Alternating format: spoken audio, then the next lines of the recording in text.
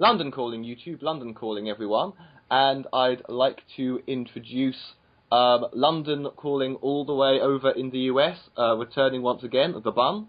Hello. And from all the way in Germany, a brand new guest, Fratis. Can you tell us something about yourself? I'm your classical white privileged male, also heterosexual. We're going to have fun with you tonight. And from Sydney, Australia, on, I think, your second appearance, Milan. Hello, everyone. Weep and gibber, for I have returned. And London Calling all the way in Sweden, Pinge. Yeah, hello. No voice, but here I am. No voice. Well, I can hear you, and I hope the audience can.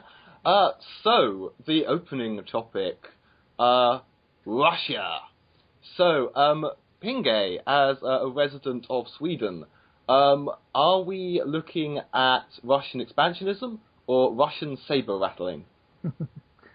Both, I think. But the thing is that I think it's an old, like, building empire style from the old age, where Russia was a big empire, and then they thought they were big, and now they're losing that because the world is changing, and we are not big empires anymore. We are more like people gathering with tasks and so on. We are more like, I like this thing, and then I gather all around the world with people around the world with that thing, not with a big empire and countries. And that's a problem for Russia. So now they have to wave its penis to really still be strong and still be like a big empire. That's what I think it is. And Milan, as a former Russian resident, your thoughts? Well, it's either one of two things, or maybe a mixture of both. One, it's either intercontinental dick-waving, and Russia essentially wanting to show the world that, yes, we are the terrible thing in the East that you must all fear and dream about with terrifying hesitation. It's either that, I hope to God that it's that, or it's Russia, like, Pingo said, it's Russia not exactly trying to regain, not to invade other countries. I don't think it's world domination. I think Russia is just trying to regain some of its lost property, as it were. But that's the greatest fear, and I hope that Putin isn't insane enough to try that out. But Putin, to me, seems more like a man he seems far too smart to risk thermonuclear war. He just wants to instill a little bit of fear in the rest of the world to let them all know that, yes, we are here, we are Russia, because it would have been a hell of a lot more practical to just buy that little fucking island back instead of just go with this whole overly militarized thing. Because you can buy your old property back from the guys who you gave independence to. But, it's, like I said before, it's intercontinental dick-waving. I'm copywriting that shit, by the way. But, yeah, I hope it is. I sincerely hope it is.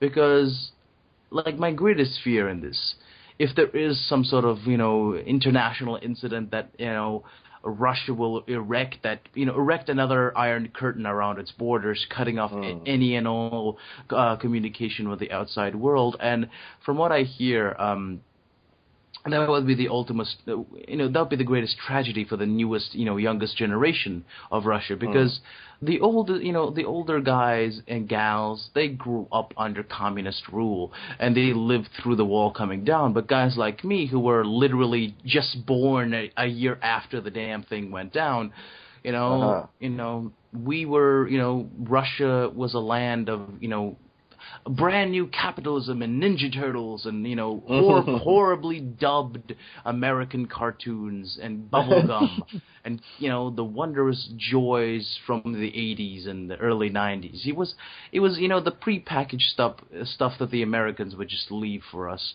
or we would just incorporate. And this modern day Russians, though they still regain that still kind of fundamental what's the right word I'm looking for, conservatism. At least the younger ones, there is a large liberal / open, like most younger Russians. They know what computers are. They know what Skype is. They have communication with the outside world. And to take that away just because you want the world to fear you, I think is insanely and idiotically impractical.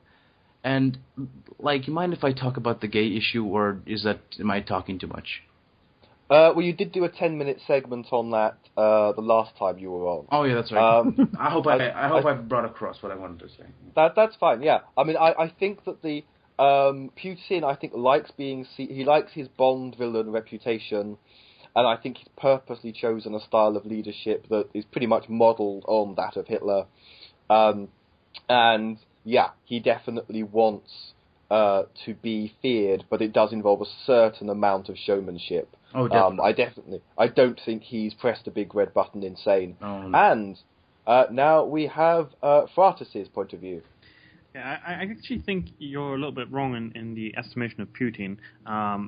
But to the subject in general, I think it's more complex a situation than we are giving it credit for. Definitely. I mean, Russia used to be an empire. Let's not forget that. Russia was one of the last big empires. I mean, I was already on the world for, 3 years before Russia actually, the Soviet Union kind of fell together. And I'm not that old. So, it was one of the... Russia was one of the last great empires. The Ukraine, especially in a Russian perspective, holds special significance. I mean, one just has to look at Putin's, last 5 years, maybe 6 years of speeches. The Ukraine, and especially Kiev, often gets referred to as the birth of the Russian Empire, the birthplace. So it's very relevant to the Russian culture. And I think there was a study like 2/3 of Russians think Kiev is the birthplace of the Russian culture. So it is an important thing to Russia itself. Now, to get back to Putin, Putin is, I think, more interested in internal politics than external politics. He doesn't care what the West thinks of him. He knows he's not going to be chummy with most of the West anyway, and if he's going to be chummy, it's only going to be because of economics and not because of they actually like him. And he understands that fully, and that's the situation that he's learned to deal with. What I think he's aiming for, like a lot of other dictators, is internal politics, which I think the West often lets them not see. I mean, Russia has basically two mainstream thoughts, the pro-European or pro-Western people and the old Soviet hawks, which Milan touched on a little bit. And I think some of this is to bring back the camp of the Soviet hawkishness back into the fold of his power grab. I mean, we've seen him as a brilliant politician before. I'd be very careful of seeing anything else till then. And gaining Crimea back obviously will cement his name in Russian history, at least. Basically, what you're saying is that one day he will return with white hair and dragons. Not quite, but yeah. He is no Daenerys from Game of Thrones. I know, but I just wanted to put that image in your brain, so now you will never leave. As you lay dying, you will see President Putin with beautiful white snow hair, half naked in a torn barbarian dress, surrounded by 3 dragons. I mean, we've already seen him half naked, so we're almost there. There we go, see? Okay. Bun, any more thoughts? I mean, I feel so, I feel like I'm fulfilling that stereotype of the uneducated American, because my opinion on this is so lacking. But basically, from what I can tell in terms of the, expansionism versus dickwaving, it's just dickwaving. Because, I think Milan had touched on this, you can easily buy back land. Like, if their goal was ultimately getting that land back, they would have bought it forever ago. I think a lot of it, I think it's kind of coincidental that it happens, like, right after the Olympics, especially when the whole world was kind of mocking Russia and being like, oh god, you're so primitive, you can't even open the fifth ring in your Olympics thing, and you don't support gays, and look at how primitive Russia is. So then Russia was like, fuck you. And that's kind of just how I see the whole situation with Ukraine and such. And, cause at the end of the day, like, they're just making things 10 times more complicated than they need to be. Like, don't they have other things to do? Then we also have the thing. If you buy the land back, then you don't have the. Well, for me, it feels like Russia wants people to. The country wants people in the country and outside the former Russia want to love Russia. And if you buy the land, then it's don't like. This is wonderful for Russia because people name of the half island. Crimea. Really wants to be in Russia. At least it looked like that from the outside of the world. And that is a good thing for Russia and for Putin. It's like, yeah, there you see, they want to be in my country. So it's if you go in and buy it, then it's not the same thing. So, yeah. Okay, Fratis, you were talking? I forgot my point again. Oh, I have something to say. Like, it might just be dick waving, it might be not. But if it is dick waving, you can just wave your dick in a guy's face for so long until somebody gets shot, you release some toxic gas into a crowd, a few hundred people die, and then that's when a world war starts. Because when little countries get attacked, this is what little countries do. They form treaties with larger guys, with larger countries who have their back.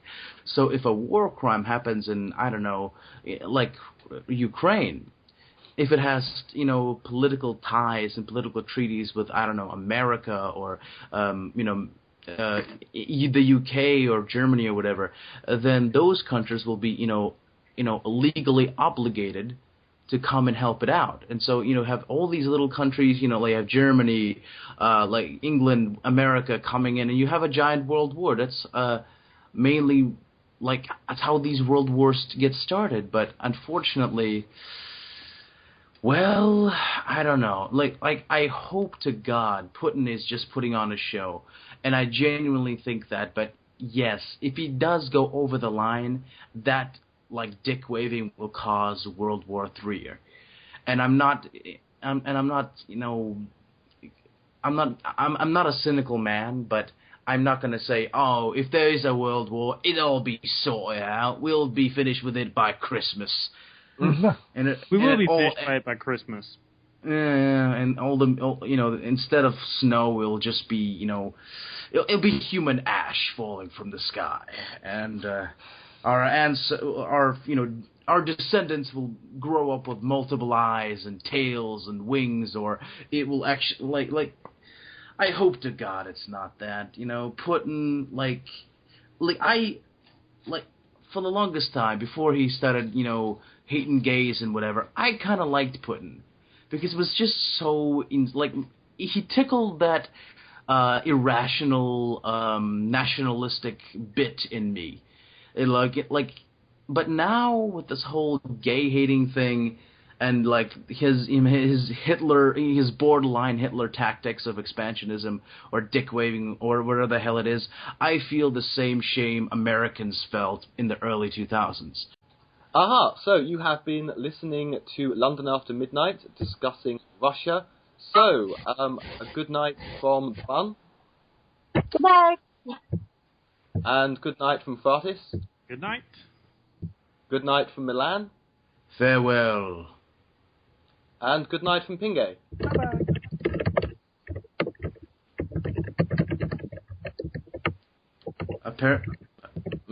Apparently, apparently he's a keyboard.